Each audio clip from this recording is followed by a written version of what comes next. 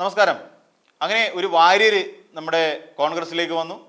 കോൺഗ്രസ് പുഷ്കല കാലഘട്ടത്തിലേക്ക് പോകുന്നു. ഇങ്ങനെ പുഷ്പിച്ചുകൊണ്ടിരിക്കുകയാണ് എന്നൊക്കെയാണ് പലരും അഭിപ്രായപ്പെടുന്നത്. സന്ദീപ് വാര്യർ വന്നതോടുകൂടി കോൺഗ്രസിന് ഒരു നല്ല കാലം ഉണ്ടാകാൻ പോകുന്നു.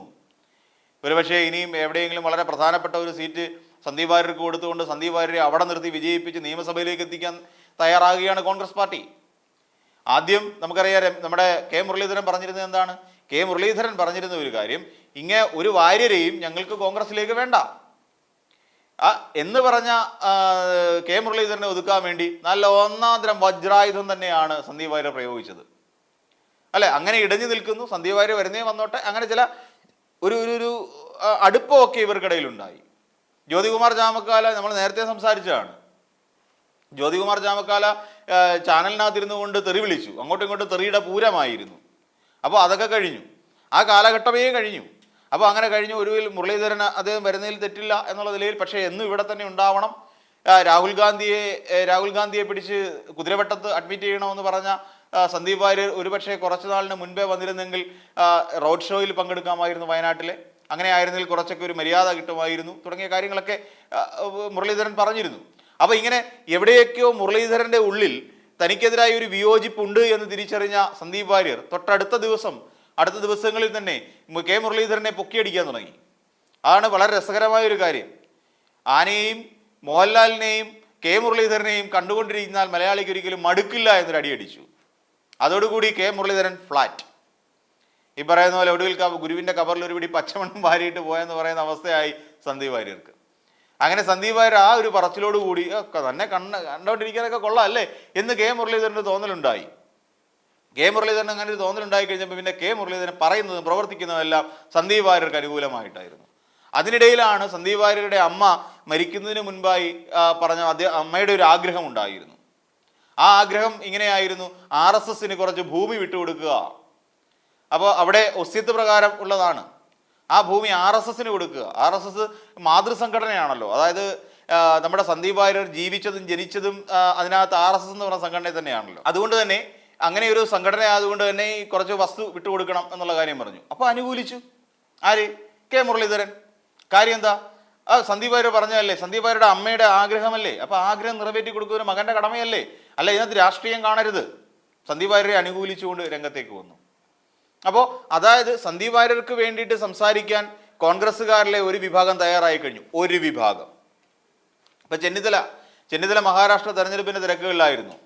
പ്രവർത്തക കമ്മിറ്റിയിലുള്ളതാണല്ലോ. അപ്പോൾ അതുകൊണ്ട് അദ്ദേഹം അവിടെ പ്രവർത്തക സമിതിയിലുള്ളതുകൊണ്ട് തന്നെ അദ്ദേഹം മഹാരാഷ്ട്രയുടെ ചുമതലക്കാരനായിരുന്നു.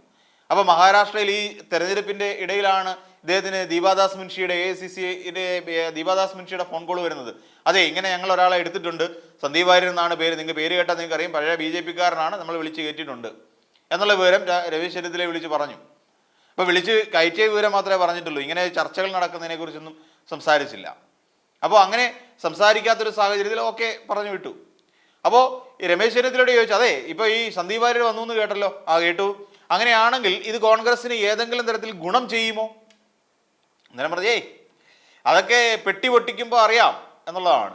അതായത് രമേശ് ചെന്നിത്തലയ്ക്ക് ഉറപ്പിച്ച് പറയാൻ കഴിയുന്നില്ല സന്ദീപ് വാര്യർ കോൺഗ്രസ് പാർട്ടിയിലേക്ക് വന്നത് പാലക്കാട് നടന്ന ഉപതെരഞ്ഞെടുപ്പിൽ ഒരു നല്ല സാന്നിധ്യമായി മാറുമെന്നോ അല്ലെങ്കിൽ നല്ലൊരു വോട്ട് ഷെയർ അവിടെ ഉയർത്താൻ കഴിയുമെന്നോ ഉള്ള വിശ്വാസം രമേശ് ചെന്നിത്തലയ്ക്കില്ല. ഈ പറഞ്ഞതിൻ്റെ അർത്ഥം ഇത്രയേ ഉള്ളൂ. അതായത് സന്ദീപ് വാര്യർ വരുന്നത് നല്ലതോ ചീത്തയോ എന്നുള്ളതിനെക്കുറിച്ച് ഇരട്ട അഭിപ്രായം കോൺഗ്രസ് പാർട്ടിക്കുള്ളിൽ തന്നെയുണ്ട്. രമേശ് ചെന്നിത്തലയ്ക്ക് മനസ്സുകൊണ്ട് ഇദ്ദേഹത്തെ ഉൾക്കൊള്ളാൻ കഴിയുന്നില്ല സന്ദീപ് വാര്യരെ. അത് തന്നെയാണ് യാഥാർത്ഥ്യം. കെ മുരളീധരൻ തന്നെ കഷ്ടപ്പെട്ട് ഇഷ്ടപ്പെടുമായിരുന്നല്ലോ, നമുക്കത് മനസ്സിലായതാണ്. ആദ്യം എതിർത്ത് പറഞ്ഞു, ഈ ഇങ്ങനെ ഒരു ചർച്ച വന്നവൻ പറഞ്ഞു ഒരു വാര്യരെയും നമുക്ക് വേണ്ടാന്ന് പറഞ്ഞു. അതിനുശേഷം രണ്ടാമത് കെ മുരളീധരൻ പറയുന്നത് എന്താണ്? വന്നുകൊണ്ട് കുഴപ്പമൊന്നുമില്ല, പക്ഷേ 2 ആഴ്ച മുന്നേ വരേണ്ടതായിരുന്നു എന്ന് പറയുന്നു.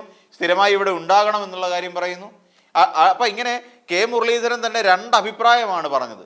പിന്നീട് ഏറ്റവും ഒടുവിൽ പറയുന്നത് സന്ദീപ് വാര്യർ ഏറ്റവും മികച്ച ഒരാളാണ്, സന്ദീപ് വാര്യർ നല്ലൊരു കക്ഷി തന്നെയാണ്, ഞങ്ങളുടെ കൂടെ നിൽക്കുകയല്ലേ, അപ്പോൾ ഒസ്യത്ത് പ്രകാരമുള്ള കാര്യങ്ങളെല്ലാം ചെയ്തു കൊടുക്കണ്ടേ, അല്ലേ, മോശമല്ലേ? അപ്പോൾ അതിനെയൊക്കെ തള്ളിക്കളയുന്ന ഒരു പ്രസ്താവനയാണ്, സമീപനമാണ് ഇപ്പോൾ രമേശ് ചെന്നിത്തല എടുത്തിരിക്കുന്നത്. അത് RSSന് സ്വത്ത് കൊടുക്കുകയോ ഇല്ലയോ അതൊക്കെ സന്ദീപ് വാര്യരുടെ ചോദിച്ചാൽ മതി, എന്നോട് ചോദിക്കേണ്ട. അതിനകത്ത് എന്തെങ്കിലും താല്പര്യം ഉണ്ടോ ഇല്ലയോ എന്നുള്ള കാര്യം സന്ദീപ് വാര്യരാണ് തീരുമാനിക്കേണ്ടത്, ഞങ്ങളല്ല എന്നുള്ള കാര്യം. അതായത് ഇഷ്ടമല്ല എന്നും പറഞ്ഞിട്ടില്ല, അങ്ങനെ കൊടുക്കുന്നതിൽ തങ്ങൾക്ക് താല്പര്യമുണ്ട് എന്ന് ചെന്നിത്തല പറഞ്ഞിട്ടില്ല. അപ്പം ഈ ഒരു സാഹചര്യത്തിൽ തന്നെ ഇതൊക്കെ പരിശോധിക്കുമ്പോൾ തന്നെ നമുക്ക് മനസ്സിലാക്കാൻ പറ്റുന്ന ഒരു കാര്യം, കോൺഗ്രസിനകത്ത് സന്ദീപ് വാര്യരെ കൊണ്ടുവന്നത് ഇഷ്ടപ്പെടാത്ത ഒരു വലിയ വിഭാഗം ആളുകളുണ്ട്, തീർച്ചയായും ഉണ്ടാകും. നാളെ ഈ സന്ദീപ് വാര്യർക്ക് ഒരു സീറ്റ് കൊടുക്കുമ്പോൾ നഷ്ടമാകുന്നത് എം ലിജുവിനെ പോലുള്ളവരുടെയോ അല്ലെങ്കിൽ അതേ ശ്രേണിയിൽ വരുന്ന പലരുടെയും സ്ഥാനമാനങ്ങളാണ്. പലർക്കും ഈ കാര്യക്ഷമമായി പ്രവർത്തിച്ചുകൊണ്ടിരിക്കുന്ന പലർക്കും ഇതൊരു തിരിച്ചടിയാവും. ഇനി സന്ദീപ് വാര്യരുടെ പിന്നാലെ ശോഭാ സുരേന്ദ്രൻ വന്ന് കോൺഗ്രസിൽ കയറിയാൽ ഇത് തന്നെയായിരിക്കും അവസ്ഥ. ബിന്ദു കൃഷ്ണ അടക്കമുള്ള, ഷാനിമോൾ ഉസ്മാൻ അടക്കമുള്ള ഒരു വലിയ വിഭാഗം നേതാക്കളിലെ പാർട്ടി പതുക്കെ പതുക്കെ തഴഞ്ഞു തുടങ്ങും. അങ്ങനെ വരുമ്പോൾ പത്മജ വേണുഗോപാൽ ചെയ്ത പോലെ അവർക്ക് മറ്റൊരു പാളയം അന്വേഷിക്കേണ്ടി വരുന്നു. അതൊരിക്കലായിരിക്കും ഇനി കോൺഗ്രസിൽ സംഭവിക്കാൻ പോകുന്നത്. ഈ നൂലിൽ കെട്ടി ഇറക്കുന്നവർക്ക് സ്ഥാനമാനങ്ങൾ കൊടുത്തുള്ള ശീലമാണല്ലോ മിക്ക രാഷ്ട്രീയ പാർട്ടികൾക്കും ഉള്ളത്. ഇപ്പൊ തന്നെ നമുക്കറിയാം, പി സരിനെ പാലക്കാട് മത്സരിപ്പിച്ചു, കോൺഗ്രസ് പാർട്ടിയിൽ നിന്ന് വിട്ടുവന്നുകൊണ്ടാണ്. അതുവരെ ഒരിടത്ത് പോലും സ്ഥാനാർത്ഥി നിർണയം നടക്കാതിരിക്കുകയായിരുന്നു പാലക്കാട്. ആരെ ഞങ്ങൾ സ്ഥാനാർത്ഥിയാക്കുമെന്ന് LDF-നകത്ത് ഒരുപാട് തർക്കം നടന്നിട്ടുണ്ട്. CPIക്ക് അക്കാര്യത്തിൽ ചെറിയൊരു എതിർപ്പ് കൂടിയുണ്ട്. എതിർപ്പെന്ന് അവർ പരസ്യമായി പ്രകടിപ്പിക്കുന്നില്ല എങ്കിൽ പോലും അത്തരത്തിലൊരു വിയോജിപ്പ്, പി സരിനെ അവിടെ സ്ഥാനാർത്ഥിയാക്കൽ, എന്തുകൊണ്ട് നമ്മുടെ കൂട്ടത്തിൽ ആളില്ലേ എന്നുള്ളൊരു ചിന്താഗതി അവർക്കിടയിലും ഉണ്ട്. അപ്പോൾ എല്ലാ പാർട്ടികളെ സംബന്ധിച്ചിടത്തോളവും ഈ രീതിയിലുള്ള എതിർപ്പുകൾ പല ഭാഗങ്ങളിൽ നിന്ന് ഉയർന്നു വരാനുള്ള സാധ്യതയുണ്ട്. അത് നേതൃത്വത്തിൽ തന്നെ ഇങ്ങനെ ഈ ഒരു ആശയഭിന്നത ഉണ്ടാകുമ്പോൾ അത് സ്വാഭാവികമായും വരാൻ പോകുന്ന തെരഞ്ഞെടുപ്പുകളെ ദോഷകരമായി തന്നെയായിരിക്കും ബാധിക്കുക.